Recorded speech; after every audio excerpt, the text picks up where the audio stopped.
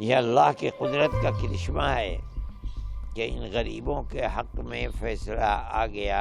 دوسری بات supreme court نے یہ کہی ہے کہ فیصلہ کرنے کا حق ان کو نہیں ہے، ایڈمنسٹریشن کو یہ حق نہیں ہے کہ وہ کسی چیز کو فیصلہ کرنے کے لیے کورٹ ہے۔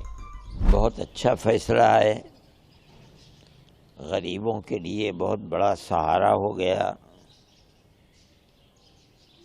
جب مدھیہ پردیش کے اندر بلڈوزر چلا تھا ایک اچنبھا معلوم ہوتا تھا، اس لیے کہ ملک کا ماحول ایسا نہیں تھا۔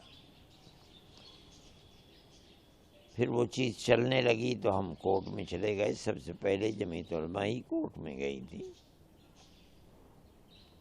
ہمیں اس بات کی خوشی ہے کہ ہم نے جس چیز کو کورٹ کے اندر پیش کیا تھا، اور حقیقت یہ ہے کہ دائیں بائیں ہر طرف لگتا تھا کہ کہیں ان غریبوں کو پناہ نہیں مل سکے گی، ایسے وقت میں ہم نے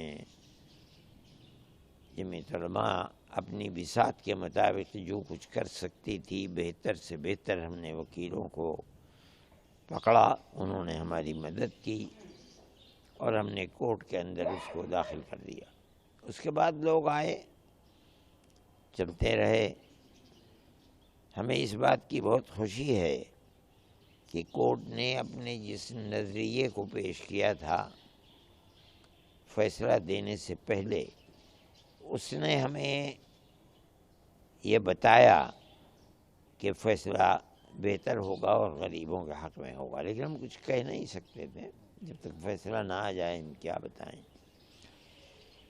یہ اللہ کی قدرت کا کرشمہ ہے کہ ان غریبوں کے حق میں فیصلہ آ گیا۔ ہم سمجھتے ہیں کہ اس کے اندر ہندو مسلمان دونوں تھے جن کے گھروں کو گرایا گیا، لیکن یہ ایک حقیقت ہے کہ 95% مسلمان ہی تھے جن کے گھروں کو گرایا جا رہا تھا۔ اور اگر یہ سلسلہ سپریم کورٹ کا اس فیصلے کے ساتھ نہ ہوتا تو نہیں کہا جا سکتا کہ کتنے گھروں کو گرایا جا سکتا تھا۔ اچھا، آسام گورنمنٹ کے اندر یہ سلسلہ اور جگہوں کے مقابلے میں زیادہ ہے۔